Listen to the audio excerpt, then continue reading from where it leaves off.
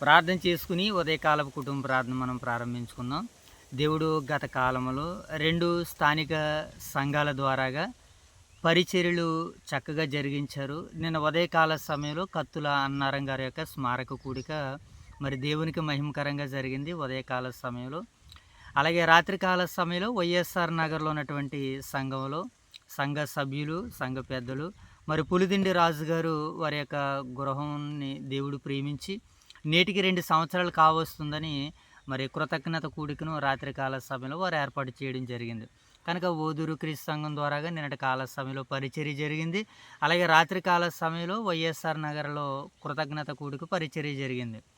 ఈ రెండింటిని ముగించుకుని నరసాపురపేటలో బహిరంగ సభలు రాత్రికాల సమయంలో దైవ సేవకులు అక్కడ మరి రాజదేహ సంరక్షకులు అనేటువంటి ఒక చక్కటి పాఠ్యాంశాన్ని వారు వివరించడం జరిగింది, అందించడం జరిగింది. కనుక మరి గత రాత్రికాల సమయంలో నిండకాల సమయంలో దేవుడు తన సహాయాన్ని సహకారాన్ని మనకు అనుగ్రహించి రాత్రికాల సమయంలో చక్కటి విశ్రాంతిని అనుగ్రహించి ఉదయకాల సమయంలో మనల్ని సజీవులుగా లేపి ఆయన సన్నిధి భాగ్యాన్ని ఆయన సన్నిధి కాంతులను నూతన పత్రిక ద్వారాగా యాకోబు పత్రిక ద్వారాగా దేవుడు మరి మనకిచ్చినటువంటి చక్కటి సమయాన్ని బట్టి దేవదేవునికి నిండు మనసుతో కృతజ్ఞతలు, వందనాలు, స్తుతులు, స్తోత్రాలు తెలియజేసుకుంటూ మరి ఉదయకాల సమయంలో నూతన పత్రిక అనగా యాకోబు పత్రిక నుంచి మనము ధ్యానాలు, వర్తమానాలు మనం వినే ప్రయత్నాలు, నేర్చుకునే ప్రయత్నాలు మనం చేద్దాం. ఓకేనా మోషి బాబు?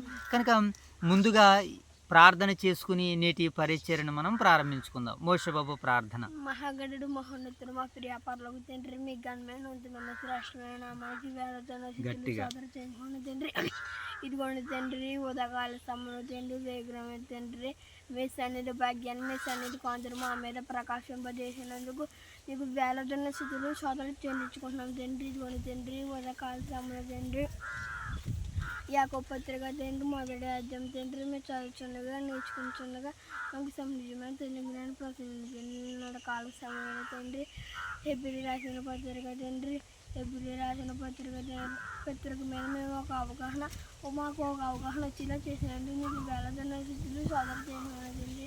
ఈ పత్రిక తండ్రి ఆది నుంచి అంతవరకు మీకు ఉపయోగం దయచేయండి తండ్రి. ఈ ప్రార్థన మా ప్రభు కుమారుడైన మా ప్రభు యేసుక్రీస్తునామములో ప్రార్థన మీకు సపరికి జరుగుతున్న ప్రియపరలోక తండ్రి. ఆమేన్. జై తల్లి ప్రార్థన. పరలోక మా కన్న తండ్రి గడిచిన కాడ మీరు అక్కడ కలిసి మీకు చేర్చుకున్నాం తండ్రి. ఈ ఉదయకాశం వేగురుమై తండ్రి సన్ని భాగ్యాన్ని మీకు సన్నిధి కాంతం మా మీద పరకం చేసి మీకు చేర్చుకున్నాం తండ్రి. ఉదయకాల సమయంలో తండ్రి యాకోబు రాసిన పత్రిక తండ్రి ఒకటో వచ్చేది మేము చదువుతుండగా నేను హెచ్చరిపోతున్నాగా తండ్రి విని విషయదాకా తండ్రి మరొక పడక రాసుకునేలా చేయండి. మాకు ఈ పత్రిక తండ్రి ఒక అవగాహన వచ్చేలా చేయండి. మొన్నటి కాసం ఎబ్బులు రాసిన పత్రికలు ఒక అవగాహన వచ్చేలా చేసి మీకు తెచ్చుకున్నాం తండ్రి. ఈ పత్రిక చేయండి ఆది నుంచి అంతవరకు తండ్రి ఏ ఇబ్బందుల సమస్య రాకుండా చేయండి. నిన్న రాత్రికాల సమయంలో తండ్రి నా నరసాపురంలో జరిగిన బహిరంగ సభల్లో తండ్రి మీ నామాన్ని ఎంతో సూచించుకున్నాను తండ్రి. ఈ రోజు చివరి రోజు తండ్రి ఇది కూడా తండ్రి నీ నామయ మాది ఉండిలా చేయండి తండ్రి. ప్రార్థన యేసుక్రీస్తు నామంలో అడుగుతున్న పాడుతాను. ఆమేన్. రైట్, మంచిది నాయన. మరి చక్కనటువంటి ప్రార్థన చేసి ప్రభు నామాన్ని మహింపరిచినటువంటి మీరువురిని దేవుడు దీవించి ఆశీర్వదించును గాక. ఆమేన్. రైట్, మంచిదైనా మరి యొక్క ఉదయకాల సమయంలో దేవత దేవుడు మరి మనల్ని ప్రేమించి మరొక నూతన పత్రిక ద్వారాగా దేవుని యొక్క ఉద్దేశాలను మనము తెలుసుకునేటువంటి అవకాశాన్ని అనుగ్రహించారు. అవును కదా? ప్రతి పత్రిక ద్వారాగా ప్రతి గ్రంథం ద్వారాగా దేవుని యొక్క ఉద్దేశాలను మనం తెలుసుకుంటున్నాం. ఆయా కాలాల్లో, ఆయా తరాల్లో, ఆయా సందర్భాల్లో దేవుని మనసు ఎవరెవరి మీద ఎలా స్పందించింది, ఆయన స్పందనకు రావడానికి గల ప్రధాన కారణాలు ఏంటి, ఆయన తన పిల్లలుగా ఎవరిని స్వీకరించాడు, అలాగే తన పిల్లలను భక్తిభావాల్లో పెంచడానికి శత్రువులుగా ఏ దేశాలని, ఏ జాతుల వారిని, ఏ జనాంగాల వారిని, రాజులని ఏ రీతిగా దేవుడు వాడుకున్నాడో గ్రంథాల ద్వారాగా మనం చూస్తున్నాం పాత నిబంధన గ్రంథంలో. అలాగే నూతన నిబంధన గ్రంథంలో యేసుక్రీస్తుల వారి యొక్క గొప్పతనాన్ని, ఆయన ఈ భూమి మీదకి రావడంలో గల ప్రధాన పాత్రను, ఆయన దేవుని చిత్తంలో దేవుని సంకల్పంలో ఆయన ఎప్పటి నుంచి ఉన్నారో ఎలా ఉన్నారో సువార్తల ద్వారాగా పత్రికల ద్వారాగా పరిశుద్ధాత్మ నడిపింపుతో సహాయంతో సంఘాలు ఎలా కట్టబడుతున్నాయో మనం వింటున్నటువంటి వర్తమానాలు, నేర్చుకుంటున్నటువంటి సందేశాలు. ఓకేనా? రైట్. ఇప్పుడు వీటినన్నిటినీ ముగించుకుని మనం గ్రంథాల ద్వారాగా దేవుని చిత్తాన్ని తెలుసుకుంటున్నాము. అలాగే సువార్తల ద్వారాగా, పత్రికల ద్వారాగా ప్రభువైన యేసుక్రీస్తుల వారి యొక్క నిత్య సంకల్పం ఏంటో మనం తెలుసుకుంటున్నాం. ఆయన ప్రపంచ ప్రజలందరి కొరకు ఆయన శిలువలో ఎలా మరణించారో, ఆయన శిలువ మరణం ఎంత గొప్పదో, ఎంత ఉన్నతమైనటువంటిదో, ఆయన రక్షణ మనం నిర్లక్ష్యం చేయకూడదని హెబ్రీ గ్రంథం ద్వారాగా కొన్ని పాఠాలు నేర్చుకున్నాం కదా. మరలా ఈరోజు నూతనంగా ఈ 26వ తేదీలో, మే నెల 26వ తేదీలో మరొక నూతన పత్రికలోనికి దేవుడు మనకు అవకాశాన్ని ఇచ్చారు, ఆయన ఉద్దేశాలు మనము తెలుసుకోవడానికి. గత నిన్నటి కాల సమయంలో హెబ్రీ పత్రికను ముగించుకున్నాం మనం. హెబ్రీ పత్రిక సహోదర ప్రేమ నిలవరంగా ఉండాలని, అలాగే మన పైన నాయకులుగా ఉన్నవారు దేవునికి లెక్క అప్పచెప్పవలసిన వారే మన ఆత్మలను కాయుచున్నారని, మనం ఆతిథ్యం చేయ మరవకూడదని, ఏమండి కొన్ని సందర్భాలను, కొన్ని విశేషమైనటువంటి వాక్కులను నిన్నటి కాల సమయంలో మనం విన్నాం కనుక నిన్నటితో హెబ్రీ పత్రికను మనం ముగించుకున్నాం. నేడు నూతనంగా యాకోబు పత్రికను మనం ప్రారంభించుకొనబోతున్నాం. ఈ యాకోబు పత్రిక ద్వారాగా అనేక సందేశాలు మనం వినేలాగా, అనేక వర్తమానాలు తెలుసుకునేలాగా దేవుడు మనకి ద్వారాలను దయచేయునుగాక. ఆమేన్. ప్రార్థన చేసుకుందాం. చిన్న ఆత్మ సహాయం కొరకు దేవుని వేడుకుందాం. మహాగణుడ, మహోన్నతుడ, సర్వోన్నతుడ, సర్వాధికారి, మా పరిపాలక, మా దేవ, మా తండ్రి, మా రక్షక, మీకు కృతజ్ఞతలు. గత కాలంలో మీ సహాయము, సహకారాలు మాకు అనుగ్రహించారు. ఈ సమయంలో మీరు మమ్మల్ని ప్రేమించి యాకోబు పత్రిక ద్వారా మీరు మాతో మాట్లాడడానికి సిద్ధపడుతుండగా మీ సహాయాలు మాపై దయచేయండి. అలాగే వ్రాయబడిన ప్రతి మాట బైబిల్ పఠనంగా చదవడానికి మేము సిద్ధపడుతున్నాం. ఈ సమయంలో మీ మాటల అర్థం చేసుకునగలిగేటువంటి జ్ఞానేంద్రియాలు నాకును మాకును దయచేయండి. మా మనసులను తెరవండి, మా హృదయాలను తెరవండి, మా నేత్రాలను, మనోనేత్రాలను వెలిగించండి. ప్రతి పదం, ప్రతి సందర్భం మీ చిత్తం, మీ నామ మహిమార్థాన్ని మేము పరిపూర్ణంగా, సంపూర్ణంగా వినేలాగా, నేర్చుకునేలాగా, తెలుసుకునేలాగా మీ సహాయ సహకారాలు మాకు అనుగ్రహిస్తారని, అందిస్తారని ఆశిస్తూ తండ్రి, ఈ పరిచర్యను వీక్షిస్తున్న మా ప్రియులైన పరిశుద్ధులు మీరు దర్శించమని, దీవించమని, ఆశీర్వదించమని వేడుకుంటూ, దేవా ఇంత చక్కటి పరిచర్య చేయడానికి మాకు అవకాశాన్ని ఇచ్చిన మా యొక్క స్థానిక సంఘ సువార్థికులు, దైవ సేవకులు, నాయకులు, ప్రియులు బిఎల్ రాజు గారిని, వారి యొక్క కుటుంబాన్ని దీవించి, ఆశీర్వదించి, కాచి కాపాడండి. వారిని మీరు ప్రేమించి 2 సంఘాలకి నాయన నాయకులుగా, అధిపతిగా, అధికారులుగా, సేవకులుగా నిలబెట్టారు. ఆ 2 సంఘాలని దీవించి ఆశీర్వదించండి. 2 సంఘాల్లో ఉన్నటువంటి పెద్దల కుటుంబాలను, పరిచారకుల కుటుంబాలను, నూతనంగా 2 సంఘాల నుంచి బైబిల్ తర్ఫీదు అవుతున్నటువంటి యువ సేవకుల కుటుంబాలను దీవించి ఆశీర్వదించండి. ఈరోజు నాయన తండ్రి గొట్టాల నరసింహమూర్తి గారు గృహం నందు జరుగుతున్నటువంటి ఆ యొక్క నాయన రజస్వల వేడికి నాయన మీకు మహిమకరంగా, అనేక కుటుంబాలకు దీవెనకరంగా, 2 సంఘాలకి ఆశీర్వాదకరంగా, అనేక మంది స్నేహితులకు, బంధువులకు, నెలవైన వారందరికీ మీ మెండైనటువంటి కృపను, దీవెనను, ఆశీర్వాదాలను వారికి దయచేయమని వేడుకుంటూ తండ్రి, ఈ ఉదయకాల సమయంలో జరగబోతున్న యొక్క పరిచర్య తండ్రి మీకు మహిమకరంగా, అనేక మంది బిడ్డలకు దీవెనకరంగా, ఆశీర్వాదకరంగా మీరు జరిగించమని, నడిపించమని మా రక్షకుడైన యేసుక్రీస్తు వారి నామములో ఈ ప్రార్థన మీకు సమర్పిస్తున్నాము తండ్రి. ఆమేన్. రైట్, మంచిది నాయన. దేవుడు మరి ఉదయకాల సమయంలో మరి మనల్ని సజీవులుగా లేపి మరి ఆయన చిత్తాన్ని కనుగొనగలిగేటువంటి, ఆయన చిత్తాన్ని తెలుసుకొనగలిగేటువంటి, ఆయన గూర్చి తెలుసుకునేటువంటి చక్కటి సమయాన్ని ఇచ్చాడు దేవుడు మనకి. అవును కదా. ప్రభు అయిన యేసుక్రీస్తుల వారు పుట్టినప్పుడు యూదుల రాజుగా పుట్టిన ఆయన ఎక్కడున్నారని జ్ఞానులు ఏం చేశారు? అన్వేషణ చేశారు, వెతికారు. ఏమండి, కొన్నాళ్ళ పాటు వారు సుదీర్ఘ ప్రయాణాన్ని చేశారు. అప్పటికి ఆయన్ని కనుగొన్నారు, ఆయన తెలుసుకున్నారు, ఆయన ఎదుట సాష్టాంగ పడ్డారు, దేవుణ్ణి మహింపరిచారు. అవును కదా. ఈరోజు కూడా ఆయన తెలుసుకొనగలిగేటువంటి శక్తిని, సామర్థ్యాన్ని, సమయాన్ని, కాలాన్ని దేవుడు మనందరికి అనుగ్రహించాడు. అందుని బట్టి ఇప్పుడు దేవునికి మనం ఏం చేయలేం? స్తుతులు చెల్లించాలి. రైట్. ఇప్పుడు ఈ ఉదయకాల సమయంలో యాకోబు పత్రికను మనం చదువుకుందాం. ఓకేనా. ఈ యాకోబు పత్రిక ఎవరు రాశారు? మొదటిగా దీని నేపథ్యాన్ని చూసినప్పుడు యేసుక్రీస్తుల వారి ప్రియ సహోదరుడు, తన రక్త సంబంధి అయినటువంటి తన తమ్ముడైనటువంటి యాకోబు గారు రాశారు. యేసుక్రీస్తుల వారు పుట్టినటువంటి తర్వాత మరియమ్మ గారికి, యోసేపు గారికి మరలా పిల్లలు పుట్టారా? మరలా పిల్లలు కూడా పుట్టారు వాళ్ళకి. ఏమండి, కొంతమంది స్త్రీలు ఉన్నారు, కొంతమంది పురుషులు ఉన్నారు. అంటే సహోదరిమణులందరూ కూడా మనతో ఉన్నవారు కారా అన్నారు. యేసుక్రీస్తుల వారిని తెలుసుకోవడానికి ప్రయత్నం చేస్తున్నటువంటి వ్యక్తులందరూ కూడా. ఓకేనా మోషబాబు? అంటే ఇప్పుడు యాకోబు పత్రికని ఎవరు రాస్తున్నారన్నమాట? ప్రభు అయిన యేసుక్రీస్తుల వారి యొక్క సహోదరులలో ఒకరైనటువంటి యాకోబు గారు ఈ సందర్భాలను రాస్తున్నారు. ఒకసారి వారే వ్రాసారు అని అనడానికి గుర్తు ఏమైనా ఉందా అని అంటే మనకి మత్తయి సువార్తలో ఒకసారి ఒక పదం మనకు కనబడుతుంది. యేసుక్రీస్తుల వారి యొక్క సహోదరుల విషయమై అక్కడ మనకు కనబడుతుంది. ఆ సందర్భాలను మనం చదువుదాం ఒకసారి. అది మత్తయి సువార్త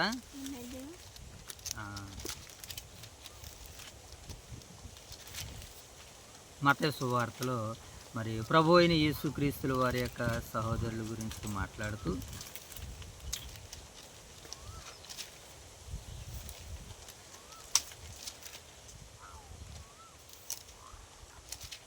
మత్తయి సువార్త ఒకసారి మనం చూద్దాం. మార్కు సువార్త చూద్దాం ప్రియులారా. మార్కు సువార్త 6వ అధ్యాయము 2వ వచనం నుంచి చదువుదాం. మార్కు సువార్త 6వ అధ్యాయము 2వ వచనం నుంచి మనం చదివితే అక్కడ మనకు ఒక మాట కనబడితే చదువుదాం. ఏమండి, ఆయన బోధ విని ఆశ్చర్యపడి ఈ సంగతులు ఇతనికి ఎక్కడి నుండి వచ్చాను? చదువుతున్నాం మోషబాబు. మార్కు సువార్త 6వ అధ్యాయం 2వ వచనం. ఈ సంగతులు ఇతనికి ఎక్కడి నుండి వచ్చును? ఇతనికి ఇయ్యబడిన జ్ఞానం ఎట్టిది? ఇతని చేతుల వలన ఇట్టి అద్భుతములు చేయబడుచున్నవి. ఇదేమి? ఇతడు మరియ కుమారుడు కాడా? ఏటి మోషబాబు? ఎదరకుండు. ఇతడు ఎవరట? కాడా. తర్వాత ఇతడు యాకోబు. చదవాల మాట 3వ వచనం. చదువునానా? మార్కు సువార్త 6వ అధ్యాయం 3వ వచనం. ఇతడు మరియ కుమారుడు కాడా? అతడు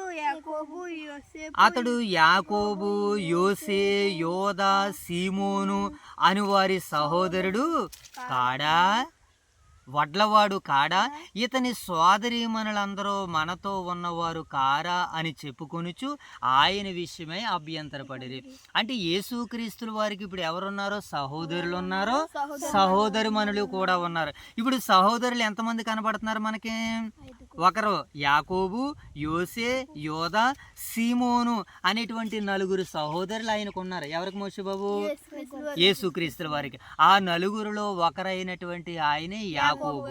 ఈ యాకోబే ఏమండి అపోస్తుల కార్యాల్లో పెద్దగా కనబడుతున్నాడు. పత్రికలు వ్రాయడానికి ఇతనే సలహాదారుడిగా కనబడుతున్నాడు. ఏ పత్రికలు? ఇదిగో మనం ఇప్పుడు చదువుతున్నటువంటి సంఘాలకు వ్రాయవలసినటువంటి పత్రికలకి మూలం ఎవరైనంటే ప్రభు అయిన యేసుక్రీస్తుల వారి యొక్క సహోదరుడు.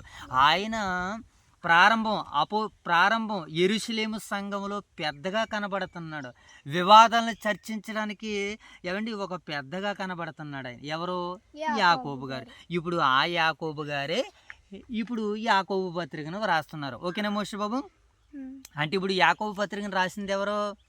యేసుక్రీస్తుల వారి యొక్క సహోదరుడు యాకోబు గారి పత్రికని వ్రాస్తున్నాడు. ఓకేనా? ఈ పత్రికలో ఏమున్నదని నేపథ్యంగా మనం ఈ పత్రికని మనం ఒకసారి మనం చూస్తున్నప్పుడు ఏమండి వారు హింసలు, ఏటి మోషబాబు? హింసలు, శోధనలు, కష్టాలు ఎదుర్కొంటూ విశ్వాసములో నిలవబడవలసినటువంటి పరిస్థితిలో ఉన్నారని ఈ సంగతుల్ని వారికి వ్రాస్తున్నాడు. ఓకేనా? ఇప్పుడు హెబ్రీ క్రైస్తవులు ఎలాగైతే విశ్వాసం నుంచి వైదొలిగిపోయారో ఇక్కడ కూడా క్రీస్తును అనుసరిస్తున్నటువంటి విశ్వాసులు కూడా వారికి కష్టాలు ఎదురవుతాయి. మోషబాబు ఎలాగా? క్రీస్తును అంగీకరించే వారికి వారు ఎక్కడున్నా, ఏ ప్రాంతాల్లో ఉన్నా, ఏ ప్రదేశాల్లో ఉన్నా శ్రమలు, శోధనలు, పరీక్షలు అనేటువంటివి దేవుడు అనుమతిస్తాడు. వాటిని అన్నిటినీ తట్టుకున్నటువంటి వారే పరలోకానికి వెళ్ళగలుగురు. కనుక ఈ లోకాన్ని విడిచి మహాలోకం పరలోకానికి వెళ్ళాలంటే ఈ భూమి మీద చాలా కష్టాలతో, కన్నీళ్లతో, శ్రమలతో ముడిపడి ఉంది క్రైస్తవ జీవితం. ఓకేనా? ఇప్పుడు విశ్వాస జీవితంలో శోధనలు, జ్ఞానము, వాక్యానికి విధేయత, భక్తి వంటి విషయాలను బోధించే అత్యవసర అధ్యాయమే ఈ యాకోబు పత్రిక మొదటి అధ్యాయం. ఓకేనా మోషే బాబు? ఇది నేపథ్యం దీనిని అంతటిని. ఇప్పుడు నేపథ్యాన్ని ముగించుకుని ఈ అధ్యాయ సారాంశంలోనికి వెళ్ళే ప్రయత్నాలు చేద్దాం. ఓకేనా మోషే బాబు? ఇక ఈ అధ్యాయంలో మనకి ఎన్ని కనపడుతున్నాయి? ఎన్ని మోషే బాబు? 27 వచనాలు కదా. ఇప్పుడు ఈ 27 వచనాలని ఒక 4 భాగాలుగా 8 భాగాలుగా మాట్లాడుకునేటువంటి ప్రయత్నాలు చేద్దాం. ఎన్ని భాగాలు మోషే బాబు? 8 భాగాలుగా మాట్లాడుకుందాం త్వరగా వేగంగా. ఓకేనా? ఇప్పుడు మొదటి భాగాన్ని చూద్దాం. ఏమండి? సారాంశంలో మొదటి భాగాన్ని మనం చూసినప్పుడు 2 నుంచి 4 వచనాలు. ఓకేనా మోషే బాబు? 2 నుంచి 4 వచనాలు. శోధనలు సంతోషంగా ఎంచుకోవాలట. శోధనలు ఎలా ఎంచుకోవాలి మోషే బాబు? సంతోషంగా ఎంచుకోవాలి. దీని గురించినటువంటి భాగం మనకి 3 నుంచి 4 వచనాలు, 2 నుంచి 4 వచనాలు మనకి సెలవిస్తున్నాయి. విశ్వాసులు శోధనలు వచ్చినప్పుడు ఏమండి నిరుత్సాహపడకుండా ఏమండి సంతోషించి ఏమండి శోధనలను సహించగలిగేటువంటి సహనాన్ని ఏమండి ఆత్మీయ పరిపక్వతలోనికి తీసుకుని వస్తుందని ఈ మొదటి భాగం మనకి సెలవిస్తుంది. ఓకేనా మోషే బాబు? కనుక ఇప్పుడు మొదట 2, 3, 4 వచనాలని మనం చదువుకుని సందేశంలో సారాంశంలో 2వ భాగంలోనికి వెళ్దాం. ఓకేనా మోషే బాబు? కనుక ఇప్పుడు యాకోబు పత్రిక మొదటి అధ్యాయం మొదటి నుంచి చదువుదాం ముందుగా. ఓకేనా? Very good. దేవుని యొక్కయు ప్రభువైన అయిన యేసుక్రీస్తు యొక్కయు దాసుడునైన యాకోబు అన్య దేశములందు చెదరయున్న 12 గోత్రముల వారికి శుభమని చెప్పి వ్రాయినది. ఇప్పుడు 12 గోత్రాల వారికి ఏమని చెప్తున్నాడు ఆయన? శుభమని చెప్పి వ్రాయినది. ఏమనగా 12 గోత్రాల వారు ఏం చేశారట? వీళ్ళు చెదిరిపోయారు. Very good. ఇప్పుడు చెదిరిపోయినటువంటి వారిని అందరినీ విశ్వాసములోను ఏమండి శోధనలోను ఇబ్బందుల్లోనూ వారు ఎలా క్రీస్తుని చూడాలో, వారు క్రీస్తుని ఎలా అనుసరించాలో, ఎలా వెంబడించాలో ఈ మాటల్లో స్పష్టంగా తెలియజేస్తున్నారు. ఎవరైనా? యేసుక్రీస్తుల వారి యొక్క సహోదరుడు యాకోబు గారు. ఆయన తనను తాను ఏమని పోల్చుకుంటున్నాడు? ఏమండి? Very good. యేసుక్రీస్తు యొక్క దాసుడునైన ఎవరిని అంటున్నాడు? యాకోబు. అంటే దాసుడు అని అంటున్నాడు. ఒరిజినల్గా చెప్పుకోవాలంటే యేసుక్రీస్తుల వారి యొక్క తమ్ముడు నేనని చెప్పొచ్చు. కానీ ఆయనకి నేను దాసుడును అని అంటున్నాడు. అంతకుముందు వారు అంగీకరించలేదు యేసుక్రీస్తుల వారిని. ఎప్పుడైనా ఆయన సిరులో మరణించి తిరిగి లేచేంత వరకు ఈ సహోదరులు ఎవరు అంగీకరించలేదు. అరే మా అన్న ఎంత గొప్పవాడని వారు తెలుసుకున్న తర్వాత, అంగీకరించినటువంటి తర్వాత ఏమండి నేను తన సొంత తమ్ముడిని కాదు, తనకి దాసుడు నేనని ఎంచుకున్నారు వాళ్ళందరూ కూడా. ఓకేనా మోషే బాబు? ఇది గ్రంథకర్త ఇక్కడ రచయిత మొదటి భాగంలో మాట్లాడుతున్నాడు. ఇప్పుడు ఈ సందేశంలో మొదటి భాగాన్ని ఇప్పుడు 2వ వచనంగా మనం చదువుకుందాం. నా సహోదరులారా, మీ విశ్వాసమునకు కలిగి పరీక్ష ఓర్పును పుట్టించినని ఎరిగి మీరు నానా విధములైన శోధనలో పడినప్పుడు అది మహా ఆనందమని ఎంచుకోండి. నానా విధమైనటువంటి శోధనలో పడినప్పుడు మనం ఎలా ఎంచుకోవాలంటే మోషే బాబు దాన్ని ఆనందంగా ఎంచుకోవాలి. అవును, బైబిల్ ఒకటే చెప్తుంది, మీ ఆనందము చింతకును మీ చింత ఆనందానికి మార్చుకోమంటుంది. ఒకవేళ భార్యలు కలిగి ఉన్నారా? భార్యలు లేనట్లును, భర్తలు కలిగి ఉన్నారా? భర్తలు లేనట్లును. అంటే అలా చూసుకోవాలి. ఒకవేళ కొన్న వస్తువులు ఏమన్నా కొనిన వారు తమది కానట్టుగా ఉండాలి. ఈ వస్తువు నాకే ఉంది, ఇంకెవరికి లేదని బడాయి చేసినా, పోకడికి వెళ్ళినా తర్వాత పరిస్థితులు వేరుగా ఉంటాయి. కనుక ఈ విశ్వాసం విషయంలో మనం ఎలా ఉండాలట? శోధనలు ఎదురవుతున్నట్టు మహా ఆనందంగా ఎంచుకోవాలట. ఏమండి కష్టాలు వచ్చినప్పుడు మిమ్మల్ని ఎవరైనా కొట్టారనుకో మీకు మహా ఆనందంగా అనిపిస్తుందా? తిరిగి ఇంకొకరిని మరలా కొట్టాలనిపిస్తుంది. అందుకనే యేసుక్రీస్తుల వారు నిన్ను కుడి చెంప మీద కొట్టువానికి నీ ఎడమ చెంప కూడా త్రిప్పు అని అన్నాడు.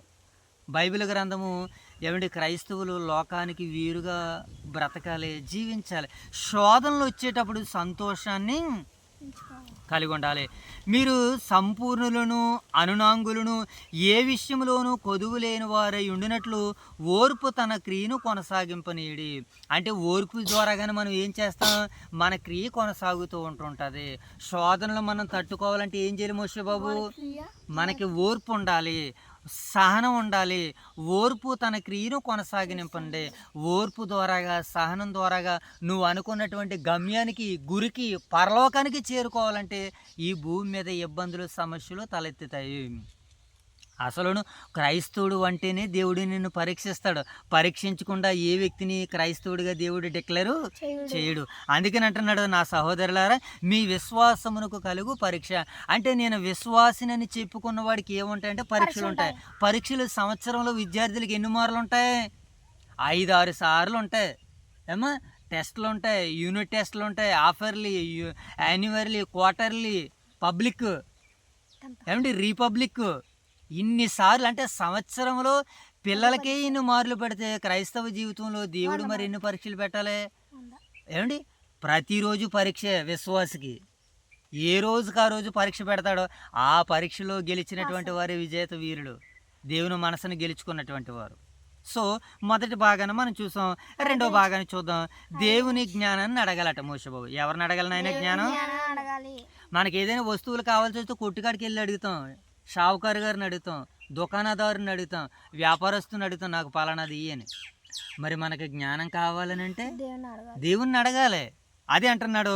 సారాంశంలో రెండో భాగాన్ని చూద్దాం. 5 నుంచి 8 వచనాలు. ఓకే మోషబాబు, ఆయన 5 నుంచి 8 వచనాలు. దేవుని మనం ఏం అడగాలట మోషబాబు? మోషేలు చెప్పు. మనం దేవుని ఏం అడగలనా? జ్ఞానము లేని వారు విశ్వాసముతో దేవుణ్ణి అడగాలి. సందేహించే మనసు స్థిరత్వాన్ని కోల్పోతుంది కనుక సందేహపడకుండా దేవుణ్ణి అడగాలి. ఏ విషయంలో? జ్ఞానం విషయంలో. చూద్దాం మంచి మాటలని. 5 నుంచి 8 వచనాలు చదువున్నాను. మీలో ఎవరికైనాను జ్ఞానము కొదువుగా ఉన్న ఎడల అతడు దేవుణ్ణి అడగవలను, అప్పుడు అది అతనికి అనుగ్రహింపబడును. ఆయన ఎవరిని గద్దింపక అందరికీ ధారాళముగా దయచేవాడు. అయితే అతడు ఏమాత్రమును సందేహింపక విశ్వాసముతో అడగవలను. సందేహించువాడు గాలి చేత రేపబడి ఎగిరిపడు సముద్ర తరంగం వలె పోలియుండును. అట్టి మనుషుడు దిమానస్కుడై తన సమస్త మార్గములందు అస్థిరుడు గనక ప్రభు వలన తనకి ఏమైనా దొరికినని తలంచుకొనదు. ఏమండి కొంతమంది అస్థిరులుగా ఉంటారు, స్థిరత్వం లేనటువంటి వారుగా ఉంటారు. కనుక మనం అస్థిరులుగా ఉండకూడదు, స్థిరులుగా ఉండాలి. మనకి జ్ఞానం లేదు, జ్ఞానం ఇమ్మని దేవుణ్ణి అడగాలి. దేవుణ్ణి అడిగితే మనకి ఇవ్వనదంటూ ఏది కూడా. నన్ను అడగండి, తన కుమారుడు ఏమండి రొట్టెని అడిగితే రాడునిచ్చినా, చేపను అడిగితే పామునిచ్చినా, ఏమండి మీ పరలోకపు మీరే మీ పిల్లలకి ఎలాంటి ఈవుల్ని ఇస్తే పరలోకమందున్న కన్న తండ్రి గొప్ప ఈవుల్ని ఇస్తాడు కదా, జ్ఞానాన్ని ఇస్తాడు కదా. నీ ప్రజలను పరిపాలించడానికి నాకు బుద్ధి చాలదు, బుద్ధి దయచేయి అన్నాడు ఎవరైనా? రాజు అయిన సొలొమోను గారు. ఏమండి రాజ్యాలు లేనటువంటి రాజులే దేవుణ్ణి జ్ఞానాన్ని అడిగితే ఆఫ్టర్ ఆల్ మనం ఆఫ్టర్ ఆల్ చాలా నలుసులు. మనము త్రాసు మీద ధూళి వంటి వారము, గాలికి ఎగిరే పొట్టి లాంటి వారు. మనం ఇంకెంతగా అడగాలి ఆయన్ని? ఆయన ముందు సాష్టాంగపడి దేవా నాకు జ్ఞానాన్ని ఈ తండ్రిని అడగాలి. సందేశంలో రెండో భాగాన్ని చూసాము, మూడో భాగాన్ని చదువుదాం. ఓకేనా మోషబాబు? ధనవంతుడు బీదవాడు. ఎవరినైనా ఈ ధనవంతుడు బీదవారు ఎలా ఉండాలని మాట్లాడుతున్నాడో సారాంశంలో మూడో భాగాన్ని మనం నేర్చుకుందాం. 9 నుంచి 11 వచనాలు. లోకైశ్వర్యము తాత్కాలికము, దేవుని దృష్టిలో ఆత్మీయ స్థితి ముఖ్యము. దేవుని దృష్టిలో ఏది ముఖ్యమైనా? ఆత్మీయ స్థితి ముఖ్యము. లోకైశ్వర్యం తాత్కాలికం. అది అందుకనే బీదవాడు ధనవంతుడని దేవుడు 9 నుంచి మనకు 11 వచనాల దాకా మాట్లాడుతున్నారు. చదువుదాం. దీనుడైన సహోదరుడు తనకు కలిగిన ఉన్నత దశ యందు అతిశయింపవలను. ధనవంతుడైన సహోదరుడు తనకు కలిగిన దీనదశ యందు ఏం చేయాలంటే ధనవంతుడు కూడా మోషబాబు అతిశయించాలి. ఏలయనగా అతడు గడ్డి పువ్వులే గతించిపోతాడు. ఎవరో ధనవంతుడు. సూర్యుడు ఉదయించి వడిగాలి కొట్టి గడ్డిని మార్చివేయగా దాని పువ్వురాలును దాని స్వరూప సౌందర్యమును నశించును. అలాగే ధనవంతుడు తన ప్రయత్నాల్లో వాడిపోతాడు. ధనవంతుడు ప్రయత్నాలు చేస్తాడు ధనం సంపాదించడానికి, తన ప్రయత్నాల్లో ఓడిపోతాడు. కానీ జ్ఞానవంతుడు ఏమండి ఆత్మీయుడు ఏమండి దేవుని దృష్టిలో పడిపోడు, స్థిరత్వాన్ని కలిగి ఉంటాడు. ఎందుకని? జ్ఞానాన్ని వెతుకుతున్నాడు గనక, దేవుని మాటలు ప్రకటించాలనుకుంటున్నాడు గనక, దేవుని మాటలు వినాలనుకుంటున్నాడు గనక. ఓకేనా? ధనవంతుడు ఏమండి బీదవాడు. సారాంశంలో మనం 3వ భాగం చదువుకున్నాం కదా మోషబాబు. ఇప్పుడు 4వ భాగాన్ని చదువుదాం. ఓకేనా? 4వ భాగాన్ని మనం చదువుతున్నప్పుడు 4వ భాగం ఏంటో మనం చూద్దాం ఒకసారి లేఖనాల నుంచి. 4వ భాగాన్ని మనం చూద్దాం. శోధన మరియు శోధింపబడుట మధ్య తేడా. శోధన ఉంది, శోధింపబడినటువంటి దాని మధ్య తేడా కూడా ఉంది. 12 నుంచి 15 వచనాలు చదువుదాం. ఓకేనా మోషబాబు? దేవుడు ఎవరికి పాపము చేయమని శోధించడు. దేవుడు ఏం చేయడట మోషబాబు? శోధించడు. దేవుడు ఎవరిని కూడా పాపం చేయమని శోధించడు. కానీ మన సొంత దురాశలే పాపానికి కారణమవుతాయి. మన సొంత దురాశలు, మన సొంత ఆలోచనలు, మన సొంత తెలివితేటలే ఏం చేస్తాయి? మనము శోధింపబడేటట్టుగా, మనం శోధనలోనికి వెళ్ళేటట్టుగా, మనల్ని కీడు అనుభవించేటట్టుగా, మన స్వకీయ దురాలోచనలే మనల్ని అలా చేస్తాయని సారాంశంలో 4వ భాగం లేఖనాలు మనకు సెలవిస్తున్నాయి. ఒకసారి మనం 12వ వచనం నుంచి 15వ వచనం వరకు చదువుకుందాం. ఓకేనా మోషే బాబు? చదువునానమాట. 12వ వచనం. శోధన సహించువాడు ధన్యుడు, అతడు శోధనకు నిలిచిన వాడై ప్రభు తన్ను ప్రేమించిన వారికి వాగ్దానం చేసిన జీవకిరీటం పొందును. దేవుడు కీడు విషయమై శోధింపబడనేరడు. మనము దేవుడు కీడు విషయమై ఏం చేయడట మోషే బాబు? శోధింపబడనేరడట. తర్వాత మాట, నేను దేవుని చేత ఎవడును శోధింపబడుతున్నాడు గనక నేను దేవుని చేత శోధింపబడుచున్నానని అనకూడదు. ప్రతివాడు తన స్వకీయమైన దురాశల చేత ఏడవబడి మొరల కలుపబడిన వాడే శోధింపబడతాడు. ఒక వ్యక్తి ఎందుకు శోధింపబడతాడు మోషే బాబు? దురాశల వలన. ఇల్లు లేదు, ఇల్లు కట్టుకోవడానికి దేవుని ప్రార్థన చేశాడు, దేవుడు గృహాన్ని ఇస్తాడు. ఇల్లు కట్టుకున్న వారిని చూసి అసూయపడి ఆవేదన పడి ఏమండి మనము ఇతరుల మీద మాట్లాడకూడదు. మనకి ఏదైనా వస్తువు లేదా, వాహనం లేదా, గృహం లేదా, బట్ట లేదా, తిండి లేదా, దేవుణ్ణి అడగాలే తప్ప ఎదుటి వారికి ఉన్న దాన్ని బట్టి నువ్వు దురాశపరుడుగా, అసూయపరుడుగా, స్వార్థపరుడుగా మారిపోకూడదు. అవే నిన్ను శోధిస్తూ ఉంటుంటాయి. నీకు లేదు వాడుకున్నది, నీకు లేదు వాడుకున్నది. కానీ వాడుకున్నది నీకు ఎందుకు లేదు నువ్వు ఆలోచన చేస్తున్నావా? వాడు రాత్రి అనక పగలనక కష్టపడతాడు, నువ్వు ఒక పూట కష్టపడడానికి నడుమంచడానికి ఇబ్బంది పడతావు. అలాంటప్పుడు నువ్వు ఇంకెలా బాగుపడతావు? బాగుపడుతున్న వారిని చూసి నువ్వు అసూయ పడకూడదు, ప్రభువుని స్తుతించాలి. దేవా, నా సహోదరుడికి మంచి స్థాయినిచ్చావు, స్థానాన్ని ఇచ్చావు, నీకు కృతజ్ఞతలు అని దేవుని సేవించేవారుగా ఉండాలి తప్ప శోధింపబడేవారుగా ఉండకూడదు. ఇది కీడు విషయమై శోధింపబడడం, ఇది కీడు విషయమై శోధింపబడడం అని దైవలేఖనాలు మనకి సెలవిస్తున్నాయి. కనుక మనకి ఏం చేస్తుందంటే శోధన సహించేవాడు దురాశ గర్భమును ధరించి పాపము కనుక పాపము పరిపక్వమై ఏం కంటదట? మరణాన్ని కంటది. కనుక మనము కీడు విషయమై శోధింపబడేవారుగా ఉండకూడదు. అక్కడ ఇటుకొచ్చేట్టుగా మరి మనం ఏ విషయమై శోధింపబడేవారుగా ఉండాలి? మేలు చేసి మనం బాధపడేటట్టుగా శోధింపబడేవారుగా ఉంటే దానికి భవిష్యత్తు ఉందని అంటున్నాడు పరిశుద్ధాత్ముడు. ఓకేనా? ఇప్పుడు సారాంశంలో 4వ భాగాన్ని మనం చూసాం కదా మోషే బాబు. ఇప్పుడు 5వ భాగాన్ని చూద్దాం సారాంశంలో. ఓకేనా నాన్న? 16 నుంచి 18 వచనాలు 5వ భాగంలో. సారాంశంలో 5వ భాగాన్ని చూద్దాం. దేవుడు మార్పు లేనివాడు. దేవుడు ఎవరినైనా నిన్న నేడు నిరంతరం ఏకరీతిగానే ఉన్నాడు. ఏమండి? మారిపోని మంచి వరాలన్నీ కూడా ఎక్కడి నుంచి వస్తున్నాయి? దేవుని దగ్గర నుంచే వస్తున్నాయి. ఇప్పుడు సారాంశంలో 5వ భాగాన్ని మనం చూద్దాం. 16 నుంచి 18 వచనాలు. దేవుడు మార్పు లేనివాడు. మంచి వరాలు దీవెనలన్నీ ఎక్కడి నుంచి వస్తున్నాయి మోషే బాబు? దేవుని నుంచే వస్తున్నాయి. ఒకసారి మనం 16 నుంచి 18 వచనాలు చదువుదాం. నా ప్రియ సహోదరులారా, మోసపోకండి. శ్రేష్టమైన ప్రతియు సంపూర్ణమైన ప్రతి వరమును పరసంబంధమైనదే జ్యోతిర్మయుడగు తండ్రి యొద్ద నుండి వచ్చును.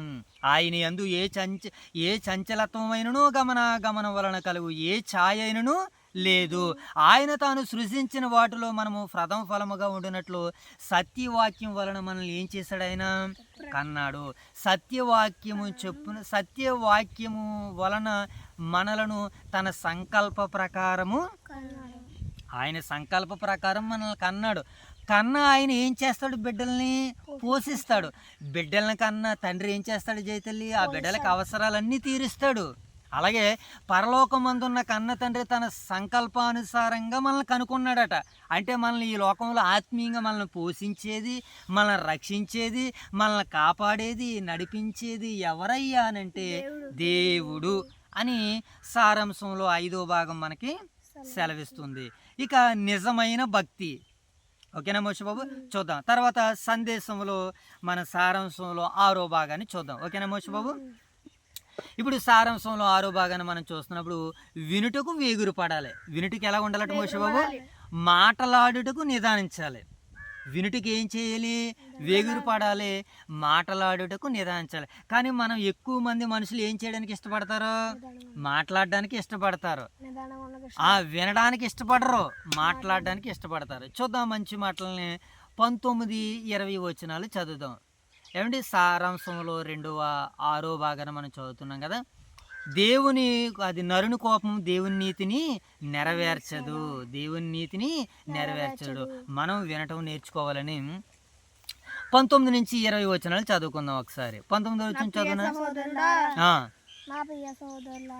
మీరు ఈ సంగతి ఎరుగుదురు గనక ప్రతి మనుషుడు వినుటకు వేగురు పడువాడును, ఏమండి మాటలాడుటకు నిదానించువాడును, కోపించుటకు నిందించువాడనే ఉండవలను.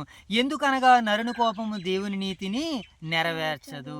దేవుని నీతిని ఏం చేయదట? నరుని కోపము దేవుని నీతిని నెరవేర్చదు. అందుకని ఏమండి ఆతృపడి కోపపడవద్దు, కోపచిత్తునితో సహవాసం చేయొద్దు, కోపపడవద్దు, పాపం చెయ్యొద్దు అని దైవ లేఖనాలు ఎన్నో స్పష్టంగా మనకి సెలవిస్తున్నాయి.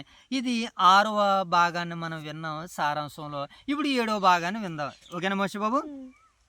ఇప్పుడు 7వ భాగాన్ని మనం చూద్దాం.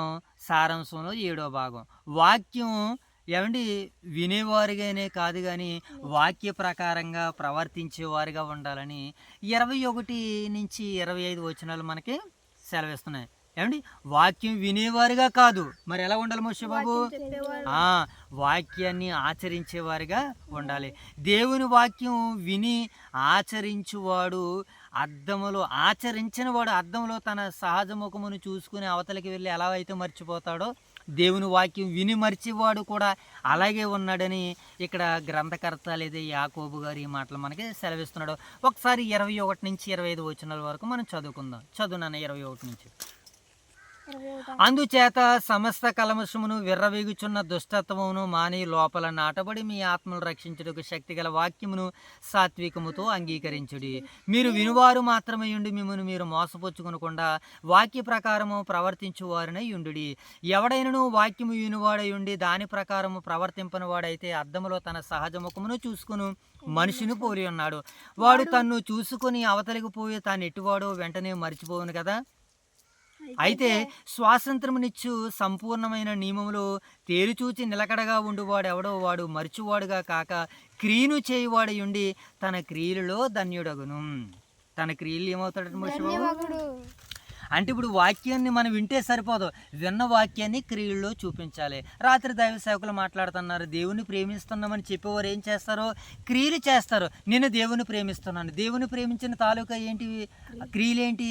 ఇదిగో ఇతరులకి నేను కొంతమందికి సహాయాలు అందిస్తున్నాను, ఇతరులకి బలహీనులకి నేను బలాన్ని ఇస్తున్నాను, ఇదిగో వస్త్రాలు ఇస్తున్నాను, ఏమంటే వస్తువులు ఇస్తున్నాను, అవి ఇస్తున్నాను, ఇవి ఇస్తున్నానని దేవుణ్ణి ప్రేమించేవాడు తోటి సహోదరులను కూడా ప్రేమిస్తాడని ఈ సారాంశంలో ఈ 7వ భాగం మనకి సెలవిస్తుంది. ఇక చివరిగా 8వ భాగాన్ని చదువుకుని ముగించుకునే ప్రయత్నాలు చేద్దాం. ఎన్నో భాగం మోషే బాబు? 8వ భాగము నిజమైన భక్తి. అసలు భక్తి అంటే ఏమిటో మనకి 26 నుంచి 27 వచనాలు సెలవిస్తున్నాయి. నిజమైన భక్తి ఏంటంటే నాలుకను అదుపులో పెట్టుకోవాలి. ఏటి మోషే బాబు? అనాథులను విధవరాండ్రను ఆదుకోవాలి. లోకమాలిన్యము తనకంటకుండా తనను తాను కాపాడుకుని జాగ్రత్తగా ఉండాలని దైవ గ్రంథం మనకి సెలవిస్తుంది. ఇది నిజమైన భక్తి యొక్క నిర్వచనము. మనము 26 నుంచి 27 వచనాల్లో కిందకి మనం చదివేసుకుందాం. ఎవడైనను నోటికి కళ్ళెము పెట్టుకొనక తన హృదయమును మోసపరుచుకొనుచు భక్తి గలవాడనని అనుకుని ఎడల వాని భక్తి ఏటట వ్యర్థమే. తండ్రి అయిన దేవుని ఎదుట పవిత్రమును నిష్కలంకను భక్తి ఏదనగా దిక్కులేని పిల్లలను విధవరాండ్రను వారి ఇబ్బందులలో పరామర్శించుటయు ఇహలోక మాలిన్యము తనకంటకుండా తనను తాను కాపాడుకోనాలి. తనను తాను కాపాడుకోవాలి. ఎవరో నిజమైన భక్తి పరులు అనాథులను విధవరాండ్రను దిక్కులేని వారిని ఆదరించాలి. తన నోటికి కళ్ళన్ని పెట్టుకోవాలి, హృదయాన్ని మోసం చేసుకోకూడదు.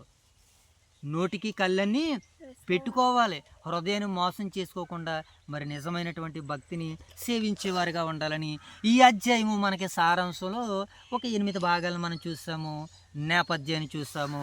ఇక 3వదిగా సందేశాన్ని చూద్దాం. ఓకేనా మోషే బాబు? ఈ మొదటి అధ్యాయ సందేశాన్ని మనం చూద్దాం. శోధనల మధ్య విశ్వాసములో నిలిచి దేవుని వాక్యాన్ని విని ఆచరించే జీవితమే నిజమైన భక్తి జీవితం అని ఈ అధ్యాయం మనకి సందేశాన్ని ఇస్తుంది.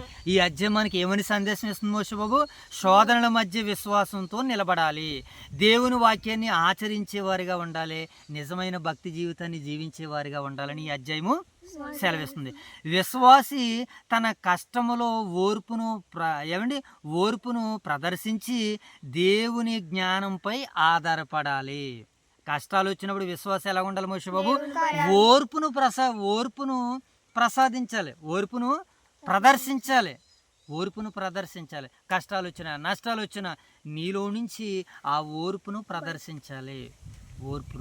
ఓర్పును ప్రదర్శించి దేవుని జ్ఞానంపై ఆధారపడాలని ఈ అధ్యాయం మనకి. దేవుని వాక్యాన్ని వినడమే కాదు, దానిని తన దైనందిన దిన జీవితంలో ఆచరణలో పెట్టాలి. ఈ అధ్యాయం మనకి ఏమని సందేశాన్ని ఇస్తుంది మోషబాబు? దేవుని వాక్యాన్ని వింటే సరిపోదు, విన్న వాక్యాన్ని ఆచరణలో పెట్టాలి, ఇతరులను ప్రేమించాలని ఈ అధ్యాయం మనకి సందేశాన్ని ఇస్తుంది. సో ఇక ఈ అధ్యాయ వివరాల్లోనికి వెళ్ళే ప్రయత్నాలు చేద్దాం. ఓకేనా మోషబాబు? చివరికి ఈ అధ్యాయ వివరాల్లోనికి వెళ్దాం. శోధనలో ఓర్పు ఏముండాలి మోషబాబు? విశ్వాసికి ఎదురయ్యే ప్రతి కష్టము, శోధన దేవుని చేతిలో విశ్వాసాన్ని బలపరిచే ఒక పరీక్ష. ఇది ఓర్పు పరిపక్వతను ఇస్తుంది. ఏమిస్తుంది మోషబాబు? ఇది ఓర్పు పరిపక్వతని ఇస్తుంది. ఇది ఈ మొదటి అధ్యాయ వివరణ మనకి ఇస్తుంది. ఓకేనా? దేవుని స్వభావం ఏంటి మోషబాబు? దేవుడు మంచివాడు. మనకు కలిగే ప్రతి మంచి ఇవి పరలోకం నుండి వస్తుంది. ఆయనలో ఎలాంటి మార్పు లేదు. పాపపు ఆలోచనలు, దురాశలు మన శరీరంలో నుంచి, మన మనసులో నుంచి వస్తాయి. కానీ మంచి ఈవులన్నీ కూడా ఎక్కడి నుంచి వస్తున్నాయంటే మోషబాబు? దేవుని దగ్గర నుంచే వస్తున్నాయి. ఇక వాక్య ఆచరణ, ఈ అధ్యాయం నుంచి వివరణ మనం ఏం నేర్చుకుంటామంటే వాక్య ఆచరణ. వాక్యం వినడం అనేదే కాదు, విన్న దాని ప్రకారంగా నడుచుకోవాలి. విన్న తర్వాత విని మోసపోయేవారిగా ఉండకూడదు. విన్న వాక్యాన్ని ఆచరణలో పెట్టాలి. నిజమైన భక్తి. చివరగా ఏంటి మోషబాబు? దేవుని దృష్టిలో భక్తి అంటే కేవలం ప్రార్థనలు, ఆచారాలు కాదు, తోటి మనుషులను ప్రేమించడమే నిజమైన భక్తి. కనుక ఇంతవరకు దేవుడు మరి మనకు అందించిన ఈ చక్కటి చిన్న సందేశాన్ని, చిన్న వర్తమానాన్ని దేవుడు 30 దంతులుగా, 60 దంతులుగా, 100 అంతలుగా ఫలింపజేయనుగాక. ఆమేన్. మహాగణుడ, మహోన్నతుడ, సర్వోన్నతుడ, సర్వాధికారి, మీకు కృతజ్ఞతలు అయ్యా. ఈ సమయంలో యాకోబు పత్రిక మొదటి అధ్యాయం ద్వారా మీరు మాతో మాట్లాడి ఎంతవరకు మీ మహిమ ప్రభావాలు మాకు ధరింపజేసినందుకు కృతజ్ఞతలు. అలాగే తండ్రి, ఈ యొక్క వాక్యం వింటున్న నీ బిడ్డలందరికీ కూడా నాయన మీ యొక్క పరిశుద్ధాత్మను వారికి అనుగ్రహించండి. మీ సహాయంతో, సహకారాలతో నింపండి.